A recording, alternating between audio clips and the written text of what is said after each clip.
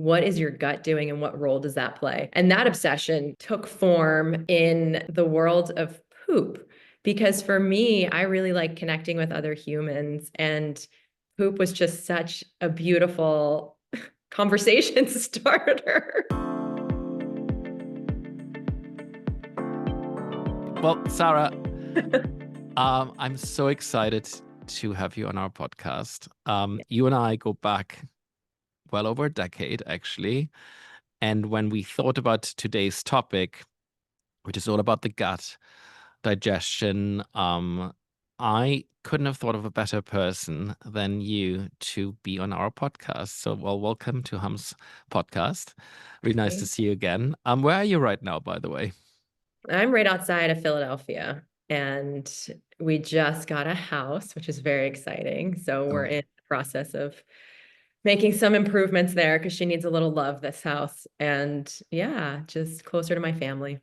I love that. Well, so Sarah um, is no stranger to the world of wellness. She's a registered dietitian, a holistic health practitioner, and she has an obsession about the gut that made her one of the top, brains within the space. She really knows when it comes to addressing gut health issues, what to do, and through a lot of like personal experience. And maybe we'll start there a little bit. It's like, how you got really interested with to gut health and like what really introduced you to this world, which is always evolving very fast. And there, I have my latest obsession. I'll talk about that in a second, but I'm really curious, like, tell me a little bit about how you got into the world of gut health. Yeah. So for me, it was always a part of my world. I come from a Jewish background, and I feel like within that community, we're always talking about pooping and farting and constipation. At least that was the household that I grew up in. And my family had digestive issues. So it was kind of normalized. And there was also this obsession with food. So I think between the two of those pieces, I was kind of like, I had no other path to go on other than becoming a dietitian because I really wanted to understand what happens to your body when you're eating, and then ultimately, what is your gut doing and what role does that play? And that obsession kind of took form in the world of poop. Because for me, I really like connecting with other humans, and poop was just such a beautiful conversation starter because we all do it, and it creates this like human bond because it's just a point of connection. So from this obsession and deeper education within the gut and the gut microbiome, my segue into that and the way I've really educated and connected with people has been through poop. So it's been a magical, wild ride. And yeah, it's been really fun. I still remember those days when you came to the office and you had a poop emoji mug it's still in the office, by the way. We kept it. There as a parting we gift. we think about your poop journey on a daily basis here in the office. So I really love that. And I think that's our connection as well. Like I got into this industry through gut health that ultimately fixed my skin health. Like I was struggling with acne well into my 30s, and then changing my diet and changing my supplement routine really helped me fix my skin from the inside out. And that's really when my interest peaked when it came to gut health. So then that's how we connected years ago. And then we worked together for a few years. And, now you're in Philadelphia, and it sounds like you're having a great time there as well. But let's talk about poop a little bit, and let's talk a little bit about like, what you're really excited about these days. Like I have this obsession with fiber at the moment for so many reasons. And I want to dive into this with you a little bit more, like your thoughts in general, but like purely like fiber is something we don't get enough. And in most of us in our diet, I think that's already like a common thread right there. But it's so powerful because it can help you fix your regularity, but it can also, people with IBS can benefit from a fiber intake as well. There are studies that show certain kinds of prebiotic fibers raise your GLP-1 levels, which is a really hot topic within the wellness space right now. But like, let's go into like the fiber space, and I just want to get your take on it and like the different kinds of fibers and all that. And let's start maybe with a stat where it's like, I don't know what the exact number is, but it sounds like more than 80%. Some studies say 95% of Americans do not get enough fiber. So let's start with the basics, really. What is fiber and why do we need it so badly, and why don't we get enough of it? Yeah, so fiber is a very hot, sexy topic for dietitians. And before I get into the stats, I was remembering being at FNCE, which is this big dietetics conference, and fiber was like the hot ticket item, and everything had fiber. And so I was taking all these samples and I was eating all this food, and it was just loaded with fiber. So I definitely exceeded my fiber limits for the day, and it was quite an experience. But typically, most people don't get enough fiber, which is why I think there was this focus on how do we put fiber into more foods. And fiber essentially is a non-digestible carbohydrate. So your body isn't actually breaking it down to use it for energy or to use it for anything nutrient-wise. It's really fueling your microbiome, or it's helping create bulk and just weight in your stool to help move it through. So you have two kinds. You have insoluble and soluble, and those are the predominant types. The insoluble is that bulk forming fiber. And I always think of it as like this sweeping and clearing out, like it just helps poop move along through the digestive tract. Whereas the soluble fiber helps pull water in and creates more of like a gel-like texture and consistency. And it also helps things move out. But then there's more complexities with insoluble fiber that impact the microbiome in a really cool way. So, well, let's dive right into this one in a really cool way. What do you mean? So our bodies don't use fiber, but our gut bacteria use fiber. And our gut bacteria, when you look at it from a genetic perspective, there's more bacterial DNA in our bodies than there is human DNA. So that always makes me think like, who's really running the show? And bacteria make neurotransmitters, which impact our mood. So they're really integral to our overall health and function and just how we move through the world. And that's what the soluble fiber does, is it's fuel for bacteria. And they ferment it and they create neurotransmitters, they create short chain fatty acids, they create compounds that are protective, influence and make things like GLP-1, which we'll talk about.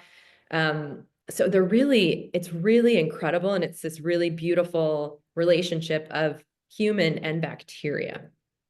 Okay, interesting. And um, prebiotic fiber, where would that fall? Because I hear that term being thrown out like a lot, basically. I hear it all over social media and all that. What is prebiotic fiber? Yeah, prebiotic fiber is essentially anything that's going to fall into that soluble fiber category that's going to feed bacteria. The insoluble fiber doesn't feed bacteria, but soluble fiber or like resistant starch is a big one. It's basically any carbohydrate that feeds a bacteria. Okay, and that's really where we see the biggest benefits, I would say, right? Like in terms of like, I mean, depends on what you're looking for, but looking after that gut microbiome is so critical, and feeding the right bacteria, of course, is really critical as well, because they're good bacteria and bad bacteria, as we know.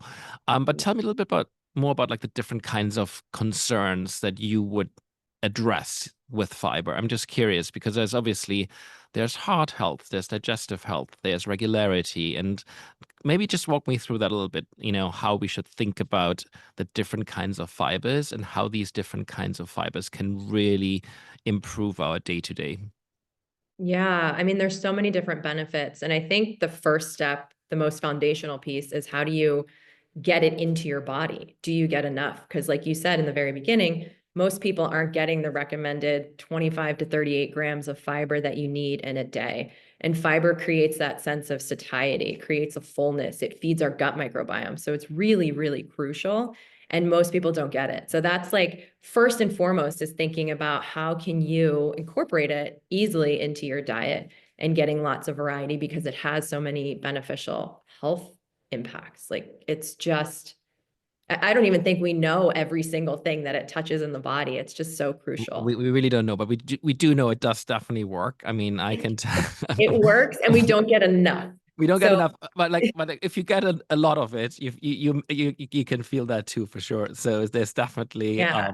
Yeah. And I see people in two camps. So I focus primarily on people with digestive issues. And so when you are told to eat a lot of fiber and you have an altered gut composition or you have an imbalance in your gut or digestive weakness, whatever it's presenting as, it's actually hard to get adequate fiber because it makes you so bloated and then it can create diarrhea or constipation. So when you start to get into the nuanced pieces of digestive issues, fiber is a really big topic because it's hard to increase it when it's actively causing you pain. hmm And tell me, somebody who is like looking for help with regularity, because that's often like a benefit that people really seek when it comes to fiber consumption. What kind of fiber helps, and how much fiber do you recommend? So I always go back to basics and look at how many fruits and vegetables are you eating, because that's really one of the best places to start. And with regularity, if it's constipation, you want to think more about things that are like pulling water into your gut, the soluble type fibers. Ground flax is a great one. Pectins are great. Gums like guar gum, acacia, those are really beneficial to the overall gut. So thinking about how we can incorporate those things. And then again, just simplifying it, right? Mm-hmm. Think I have a tendency to go really far down the science rabbit hole and be like, oh, well, here's a study that shows this. And really, if we can just kind of take a step back and say, okay, are you eating 3 to 5 cups of vegetables a day? Who can say yes to that? I don't even think I can say yes to that. So it's like, there's my first, my Well, I personally have the aspiration, and I said I would love to say yes to that, but then, of course, then I do the math at the end of the day. It's like, up, yeah, well, almost there, but I think more work to be done, right? yeah. So it's like just creating simple, achievable goals, because the world of health and wellness can get so complicated that it's like, Yeah. let's get it down to basics. Like, can you just incorporate one more vegetable into your diet and start there and see how that impacts regularity? Water, obviously, is another big one that's going to help move things along. If you Yep. have fiber, like pulling water out of the gut, you got to make sure you have water in your system. So that's really important. And if you're on the other end of the spectrum with diarrhea, things like the good old brat diet, which is what we used in the hospital, and it worked fantastic, is bananas, rice, applesauce, toast. So that's always like my tried and true, just to like bind things up while you're figuring out what's going on. Well, I always find like when you suffer from diarrhea, like a probiotic does wonders. I mean, it's like it really works so fast, and like adding a probiotic into the mix makes a big difference. But that's a topic for another conversation where we only have a few minutes. Like, so I don't want to like pick your brains too many. I'm just always like, whenever I sit down with you, I could spend hours just chatting through on what's happening in the world of health and wellness. Let's talk about the latest development within fiber, which got me really excited and interested. And that is like the ability to raise your GLP-1 levels naturally, right? And just to be very clear, of course, we can't compare fiber to a GLP-1 agonist like semaglutide, all that. We just want to be very clear about this, because it is, when it comes to potency, obviously not as strong. However, for people who have lost a lot of weight, for example, who want to maintain that healthy weight and are looking for natural ways of raising their GLP-1 levels, fiber is actually a really, really interesting hack. And there are certain kinds of fibers. That's how I really got really excited about the potential of fiber, about a year and a half ago when we started working on our latest innovation.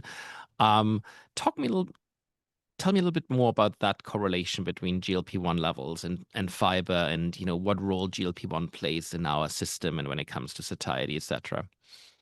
Yeah, so whenever I think about GLP-1, it's primarily made in the small intestines and L cells. So if you think about the overall integrity and health of your gut and GLP-1 production, they're hand in hand. So we have to look at how are we optimizing the health of the gut, especially like things like leaky gut or permeability. That's going to decrease your ability to make GLP-1.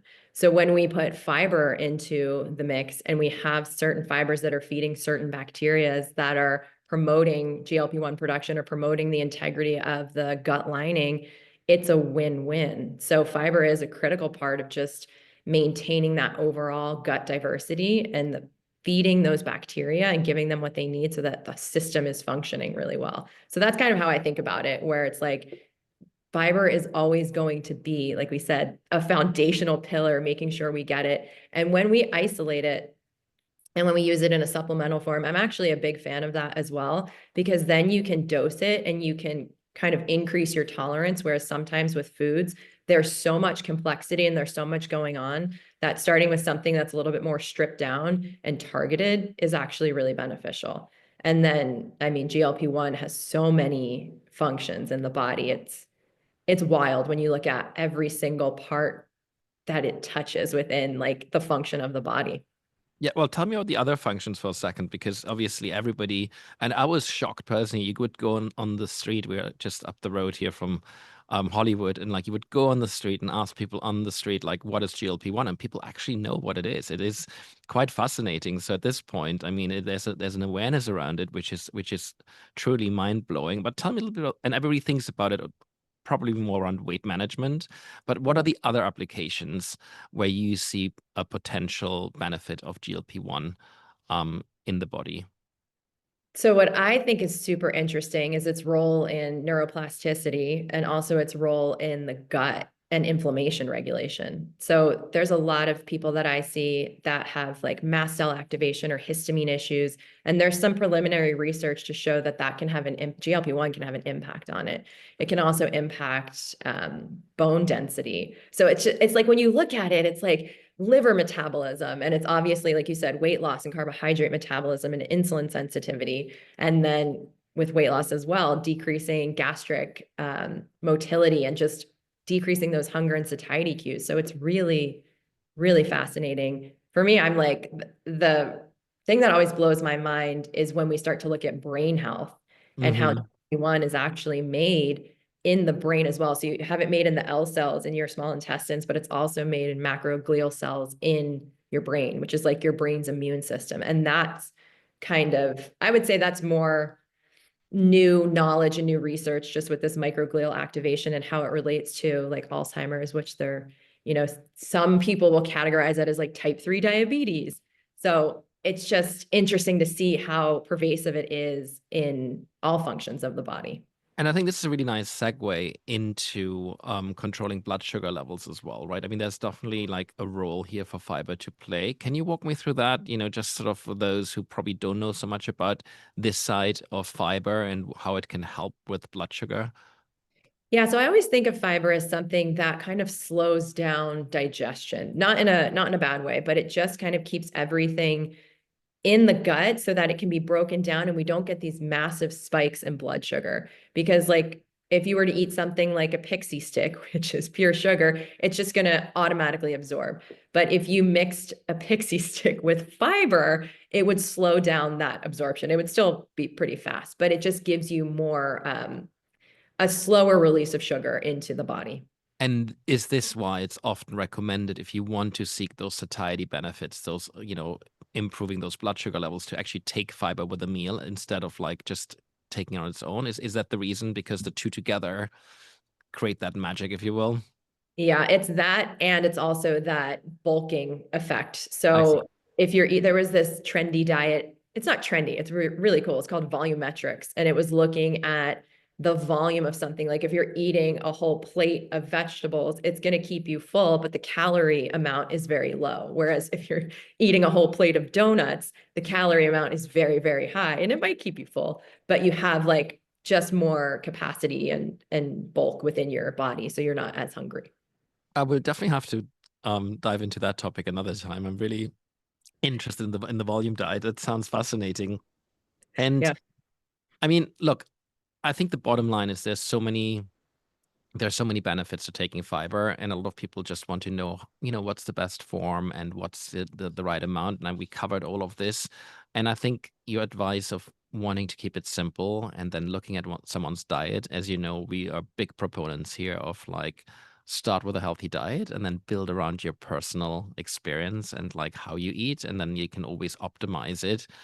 Because to your point, like it's really hard sometimes to get those 3 servings of vegetables and fruit per day, and there's even debate whether that is enough, right? So I think just like there's always good ways of optimizing your diet, and I really like this, general concept of like try to add another fruit and maybe then add the fiber on top, if you will. And I think the other takeaway that I have is like there's just so many benefits to fiber, and the science is really evolving. Are there any signs of people not getting enough fiber? Like when they don't, like what are the things to watch out for when it comes to fiber intake? So I would say one of the main things that I see or that like alerts me to maybe not enough fiber intake is constipation. Yep. And there's a large amount of people that do struggle with constipation. So that's kind of my first clue. Sometimes high cholesterol can also be another indicator that there's not enough fiber because fiber will bind to cholesterol and help you move it through the body. Diarrhea sometimes can indicate, but I would say the two main things where I'm like, are they getting enough fiber is constipation and high cholesterol, just kind of basic ones. I'm so glad you mentioned this because like I'm just taking religiously our new fiber supplement. I want to see what that does to my cholesterol levels actually. So I'll report back there. I'll keep you posted. And do you see a difference since you work with so many different clients and patients? Do you see a difference between men and women, what their needs are in terms of like how much fiber and are there any other differences we should be aware of? Well, typically men have higher needs. Just when we look at things like RDAs for vitamins, like men are going to skew a little bit higher.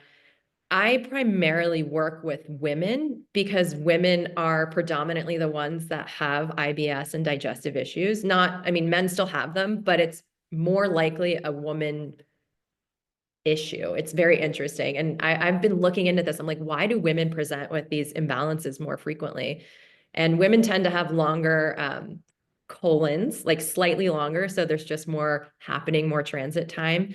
And then I think there's also, this is like, I don't want to open a can of worms here, but there's emotional sensations. And when you are emotional, when you are feeling different things, it impacts your gut in a big way. And that's like, again, a whole other topic with neurotransmitters and stress and the nervous system. But I've seen those correlations. Okay. And you mentioned IBS specifically. And how would you recommend people manage that? Are there any sort of like diets you recommend? Like, for example, low FODMAP. That's something, that I heard of a lot. But what are your recommendations for those people specifically dealing with IBS and whether fiber can really help here? So IBS is like kind of, I see it as like this generalized term for digestive issues that we can't understand or explain or fix. It's kind of like, because people come to me all the time with IBS and they're confused and they're overwhelmed. And they're the ones that are like, I did all the things and nothing worked. Or I tried, to increase my fiber and it made me feel horrible. So there's not a blanket for me, there's not like a blanket statement when it comes to IBS, because even with low FODMAP, I see a lot of people recommend low FODMAP, and that's good for decreasing symptoms, but long term, it can disrupt the microbiome. So that's a big, it's so hard to say because there's different variations of IBS. It's complex. I think the best thing that I can say, and this is a little bit outside, like this is more like energetic and nervous system regulation, but I think really tapping into your body and feeling into like, how are you managing stress? And it goes beyond that into like really nervous system regulation, but getting clear on that and just like slowing down and being like, oh, am I ever in my body? That's like a really good question to start with. And then from there, you can kind of start to unpack things. The Well, mind is really powerful. I'm so with you. It really has an impact when you do get nervous. I mean, you suddenly could feel an urge to run to the bathroom, or like, stress does so much. And I think, I was like, this is like 2 weeks ago. I saw my mum, haven't seen her for a long time. We did a little pilgrimage in northern Greece, but like I just saw all the Greeks smoking away, like, but they're all like 10 years older than everybody else and nobody knows why. And I was just like, okay, where's this coming from? And it's just their social life, I believe. And the stress levels tend to be so much lower. And I think, this topic of longevity, which is not something we're discussing today, but generally speaking, stress is just something that really needs to be talked about more because it has such a general impact, and we try to always layer on top the symptoms of stress but never deal with like actually the root cause of it, right? And I think that's a big topic, and I'm glad you brought it up because we always try to like paint over the problem as opposed to saying, hey, where's really the starting point here? Is it your Yeah. diet? Is it your lifestyle? What are these inputs? And then let's look at the inputs first before we deal with the outputs, if you will, right? Yeah, yeah. And I think even the word stress has been kind of generalized because it's like, what does that mean? It's like, oh, I'm supposed to breathe or I'm supposed to meditate. And it's like, when you unpack it, it's really, really deep and it is somatic. It's in your body. So it's a fascinating area of exploration. And it's something, I've done so much testing and so much physical deep dives into people, and it comes down to what stories are you telling yourselves? How do you feel? And also the physical symptoms. But really, like those stories are so critical. They are so powerful. Well, we're almost done here. I have a few more things I want to get through with you. And the first one is like we have a segment called Well, Yes and Well, No.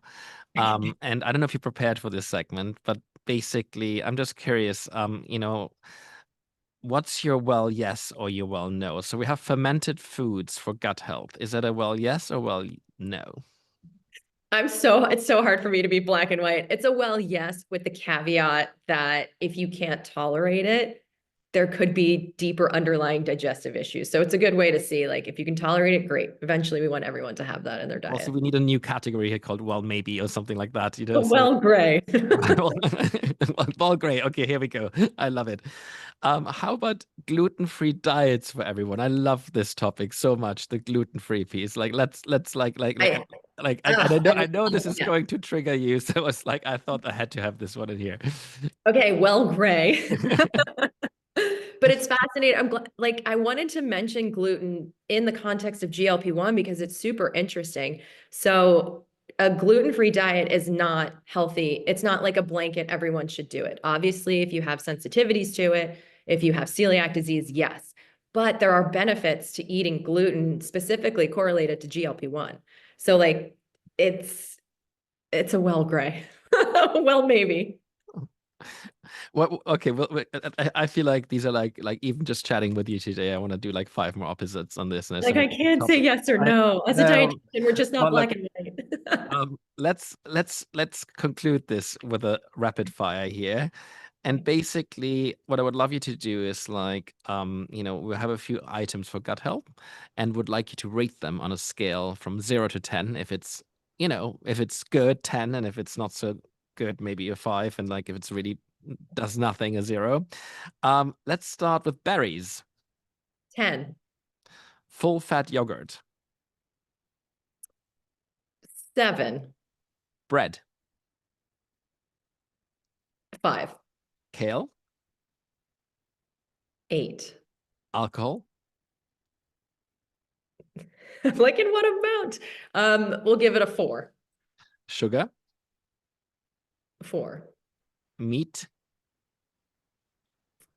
8, stress, 0, weightlifting, 10, and meditation.